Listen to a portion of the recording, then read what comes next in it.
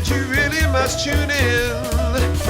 He's ironic, iconic, maybe bionic. Ladies and gentlemen, introducing a genius. He's a genius. Will not confirm or deny what happened and whatever. Anyway, hi. Hello. Hello. Thank you. I'm very excited to be here. It's very glamorous to have such gloom outside. You guys are very lucky. Have you done much since you've been in the UK? I just got here Thursday. Okay. I was in Rome and I ate too much pasta there and I swore off pasta, and then I went to Paris and I ate too much cheese and then I swore off cheese. So I'm very excited to see what food group I refuse to eat after this trip. Thank you. Some very inappropriate photos on your Snapchat, mind, I have to say. What did I do? Did I do something inappropriate on Snapchat again? Pictures of all the artists, like the half-naked statues and everything like that. Oh, well, it's anatomy, and I feel like we should celebrate and point out big, interesting wieners on statues in Rome. There is a variety of body celebration, and the more I can educate the world and go, hee, there's a wiener, the better, probably, for people appreciating art. I felt very educated. Thank you very much. Thank you for that. So you've done Comicons, a lot of them now. How does MCM London kind of rate against some of the other cons you do, maybe some of the ones in the States? That's a good question. I didn't know what I was getting into. I had heard very good things about MCM, and just looking out on the floor, it's way bigger than I thought it would be. I mean, I would say that it reminds me a lot of New York City Comic Con, which is quite large. And the good thing is that it seems to not be hot, because being hot in a room with thousands and thousands of people is the worst, as we can all testify. and it seems to have a lot of variety of things to buy, and like a lot of handicrafts and like unique things, which I always appreciate. Sometimes when you go to events in the States, they sort of have all the same things, and it seems to have a lot more variation. So I'm sad I can't walk the floor and get lots of stuff that I would then have to find suitcase room for, which I don't have because I bought $300 worth of chocolate in Paris. I'm giving it away, maybe, okay? It was supposed to be gifts, but I just don't know yet if it's going to end up making it back to the States. I've got to ask, as someone who's such a big participant and part of the Comic-Con scene and kind of general geek culture, what do you personally attribute this explosion of it in not just this country but all around the world in the past 10 years? I think the explosion of it is enabled by the internet. I think the internet allows people, just like I talk a lot about in my book that's coming up in August, You're Never Weird on the Internet, almost. It's coming out in August here in the UK. But a lot of when I started writing down my personal journey, a lot of it was using the internet to express who I was without sort of feeling isolated or ashamed of it. And I think the internet allows people, wherever they are physically, to connect with people who are like them mentally and passion-wise, and that allows people to connect better and celebrate who they are more freely. And I think Comic-Cons and events like this are a perfect way to bring that online world where you feel accepted into the offline world where you can also feel accepted. So I'm very proud to have been, sort of old school, used to this world, and to see it grow and have more and more people enriched by it is fantastic. Talking about time, were you aware that was 12 years ago this week? Buffy finale aired. What? The Buffy finale aired 12 years ago. No. I mean, just talking a little bit more about con culture, obviously, for a long time, the event and general geek culture was seen as very much a male preserve, and there's a real sense that, particularly in the last few years, that's completely changing. How do you feel about that, and why do you think it's taken this long to get to this point? Yeah, I do think I see a lot more female representation in not only the media, but also just the fandom, and I think that's very encouraging, especially younger girls. A whole generation of girls who grew up on the internet and can express their fandom and connect. And Tumblr is an amazing platform that is very encouraging and also very female-centric. And you see the same enthusiasm about TV shows and video games there that you do in other areas like forums and things that are traditionally more male-oriented. And I think it's wonderful because there's a lot of especially in fandom, there's a lot of projection of self into the worlds, and even though it may have started more with guys with Star Trek and in very older science fiction worlds, I think that women have always been involved in them, but maybe just not as vocally, because women are expected to be a certain kind of person. I'm sorry, there's a doll with me right there. My bad. Yeah, that's okay. I think there are a lot of cliches of women not liking these things, and that really kept women out of it, at least vocally. And the internet allows people to feel a little bit more free in being themselves, so they feel more support to show the world that they're interested in a video game or a show. And I think it's very awesome, because to me, nerd culture is genderless, it's backgroundless, it's ageless. Really, you're connecting over something you love, and whatever that person looked like or their background, if you both love Doctor Who, you can have an amazing conversation. And it overcomes a lot of societal boundaries that might not even be real for us. They're just sort of told to us that they are barriers, and geek culture allows us to overcome those, I think. But kind of on that theme, what do you think therefore about the number of female characters there are in kind of superhero films, for example, and the whole issue that's been recently about the figures, the action figures that are available in the kind of versions like Scarlet Witch, or whether it's Black Widow, compared to the Hawkeyes and the Iron Mans and the Captain Americas of this world? Yeah, no, I totally think it's very lame. I mean, there are certain, I love superhero, I love superhero, I'm not a huge superhero comics fan, because I never really identified very strongly with a lot of characters there, like Wonder Woman. I thought was really fun, and Mary Jane, I was always in love with her because she was a redhead in that world. But as far as like the really empowered characters, the ones with these powers and who were changing the world and saving, and really who had the emotional journeys, you don't find as many characters, especially in past years. Like now you can look to Ms. Marvel, and there's like so many characters, especially from indie comics, that sort of vibe crossing over into mainstream comics, which I think is great. So I think that in the comic world and the gaming world, you could see a lot more examples of stronger female, I hate to use the word strong, but just prominent female characters where you actually understand their emotional journey versus being an appendage to the main male character's journey.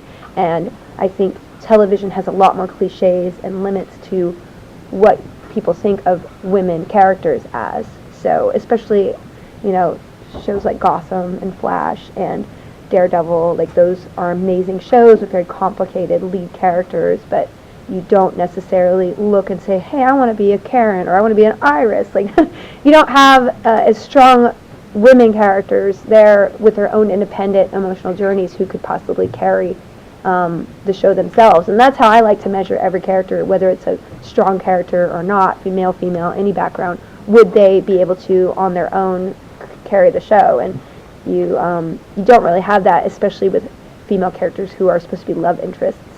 So hopefully, I think awareness and people pointing it out it's possible to affect change and really encourage writers, male or female, to sort of broaden their idea of what a romantic female character, super or not, it can be. What do you think should be done to make women feel stronger in just in storylines, because you're describing how there's that thing, but what's your opinion? What do you think needs to be more stronger?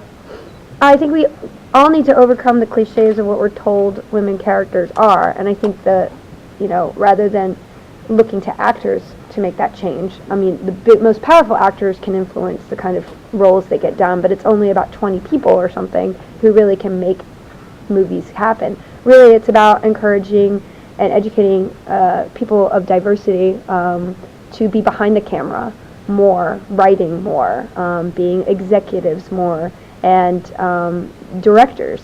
Really, those are the people who make the stories that are presented.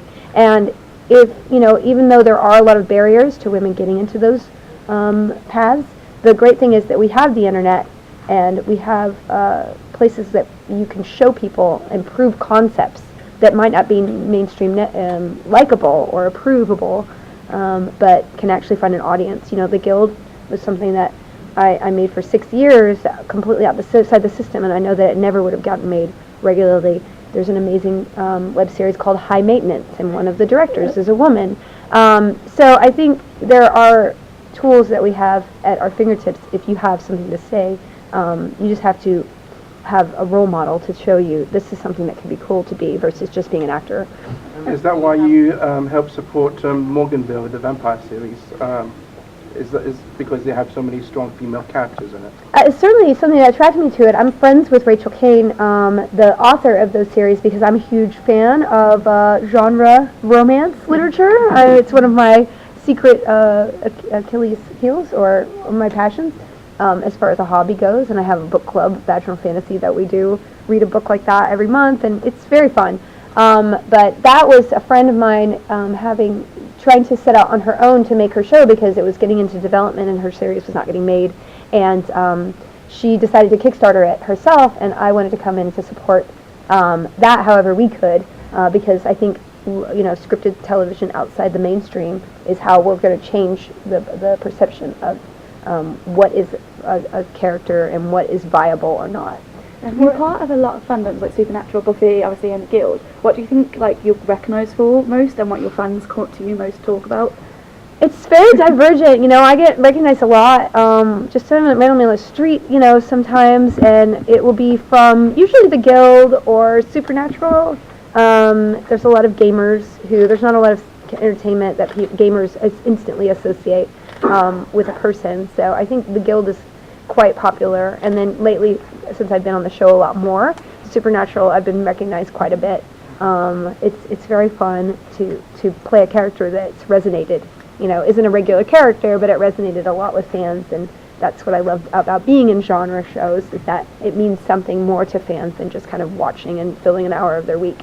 Obviously, she was a huge Harry Potter fan. She has a little Hermione. Are you a Harry Potter fan yourself? It's J.K. Rowling's really prolific on Twitter now. Yeah. Is she someone you'd like to meet?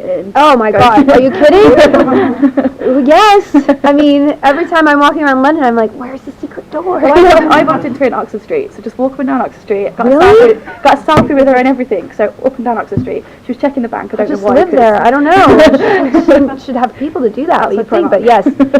No, she's an amazing role model for people. And if you read about her journey, she did not have an easy time writing that. She was definitely struggled a lot, and especially I think she's talked about depression before and writer's block and all these things. And everybody looks at the end results of things and thinks, hey, I want to do that, but you have to really sign up for the process and all the hard things to get through it. And that's why I admire her being open with that. And I talk about that in my book some, about how hard it was for me to just get up and do things, and thank goodness I did, because I have a lot of people staring at me right now because of it.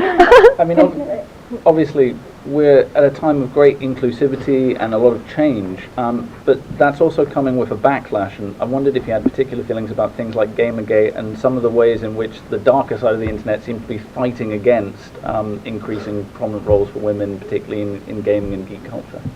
I think that whenever you challenge someone's paradigm about what the truth of something is, then you're going to have people who are inflexible and not able to change their perception and feel that any judgment or trying to change a world or a fandom is a reflection on judging them as people. The thing about geeks in geek culture is that we really all feel very passionately about what we love, and we feel ownership over it, especially gaming. We, by definition, project ourselves into our gaming world as ourselves. We are, we're not just watching a character go through a movie. We are in that world, performing the actions in a weird psychological way. So, I think you see a lot of resistance, especially in that world, to people saying this is not, I want to belong in this world, and I don't feel like I fit in, and I need things to maybe change to accommodate diversity of viewpoints. I would not say that anything that's happened has been good for the image of gaming, to be honest with you, but I think you can always look at everything as a positive, and the fact that you have a very small minority of people who happen to be very loud and think they have access to people because the way the social media is, you have 10 times as many people pushing back against that, and really that probably foments a lot more change because people are feeling more supported by the majority and can be encouraged to be a gamer without, being shamed about it. So I think it's the kind of struggle that you see when you're trying to change people's viewpoints. And hopefully there's enough people to band together to say, yes, we can be inclusive rather than exclusive. Because if you look at the numbers, it's vastly the negative is vastly outbalanced by the positive, I believe. You talked about Supernatural, and Supernatural has a history of female characters not really being accepted, yet your character's become probably one of the main females that everyone's loved.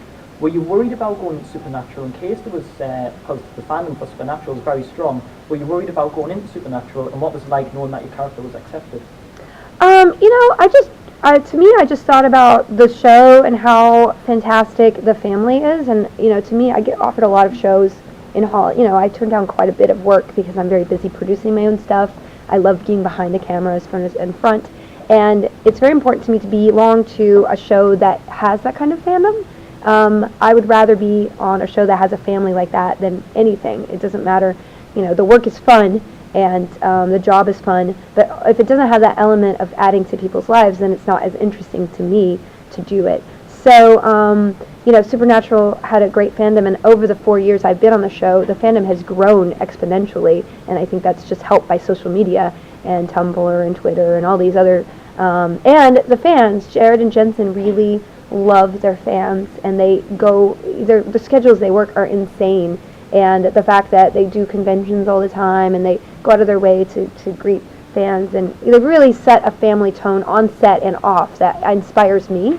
It makes me feel like a continuation of the world that I started, which was in Buffy, which had the same sort of we're all in it together sort of spirit. So I'm very thankful to the fans for liking my character and being on the journey with me until the end. What's it like knowing you've got your own little toy figure? So that's why I brought that along. I thought, for me, when I was younger, it's like having my own toy figure of me. It's just like, wow, big geeky nerdgasm. But, yeah. What's it like for you knowing there's millions of you all about now? It's pretty cool. It's pretty cool. I was in for Forbidden Planet, I think, yesterday, and I was just walking around because I really love that store, and I had my glasses on. I'm just kind of walking. My hair was completely uncombed, sorry. And I looked around, and the guy was just kind of like, he was standing there with a Dean, a Sam, and a Charlie just holding it. Like he was just shopping. He's like, oh my god. Which is pretty cool. So yeah. Did he buy it and he get you to sign it? He just took a picture with me. But he was genuinely shopping. It wasn't like he saw me and grabbed them. That was the weird part. So I was like, you own your own version of yourself. I own a lot of versions of myself. Yeah. Speaking of role models, you mentioned earlier that your parents were really influential in your growing up because you were homeschooled and they were big on reading science fiction and doing what you love. What's an anecdote they love to tell about you? Oh my god, I don't know about my parents. That's a good question. I don't know about anecdotes they like to tell about me. I mean, I had a very large glass unicorn collection, which is kind of like a glass menagerie, which I didn't know about until the end. So I was kind of like the geeky glass menagerie.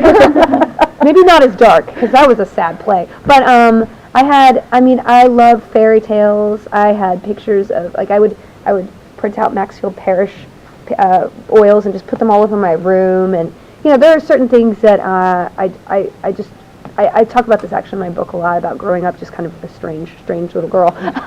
But drawn to worlds that were not my own, and I think that's, that kind of escapist attitude, it definitely influences me. I'd rather be in a fake world than a real world a lot. in my spare time, I pay my bills and everything. Don't worry. You've been working with your brother in videos. Would you consider doing something as big as The Girl Begin with him? That's very nice of Ryan. Is an actor. Yes, I mean that's really funny. He's never acted before, but he never was on camera either. And I just threw him on camera, and he has taken to it quite nicely. What I love about it is he's so kind to our fans. We have a whole community, Team Human, which has formed around our Twitch streaming, which is live video game streaming. We do it a couple times a week. I'm sorry, big microphone. And that community building is so important to me, and the fact that he puts a lot of, it's like we make friends and we hang out with the same people twice a week, and it's just really awesome what the internet can create. That said, Ryan was in the guild back in the day, and as an extra 3 times, and he stared into the camera every time. I actually have a reel of him staring into the lens that we put up just as a joke. So I don't know about acting, you know, but certainly it's my intention to write another vehicle for myself, like the Guild, and that's what I've been working on the last couple months, ever since my book draft was done. So hopefully before the end of the year, I can talk about more of that. And